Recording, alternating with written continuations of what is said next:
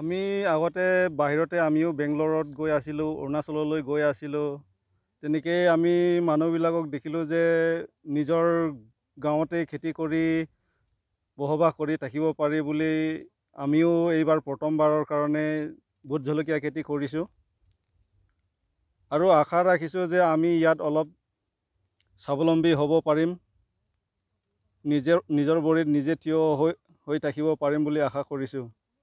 আমি যি দেখিছোঁ 50-60 হাজাৰমান টকা পাৰ বিঘাত,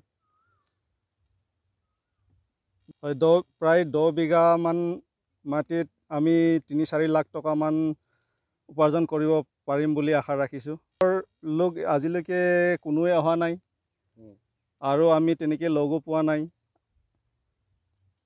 আমি নিজেই নিজৰ যিহেতু পুঁজি আছে সেইবোৰৰ লগতে আমি এইখিনি কাম কৰি আগবঢ়াই আনিছোঁ। এতিয়া বৰ্তমান অলপ বেছি দিন হোৱা নাই চিঙাটো হয়, এতিয়াহে অলপ 250 টকাতহে বিকিব পাইছোঁ। আমি ডিমাপুৰ বেপাৰীক দিছোঁ আৰু গুৱাহাটী বেপাৰীক দিছোঁ।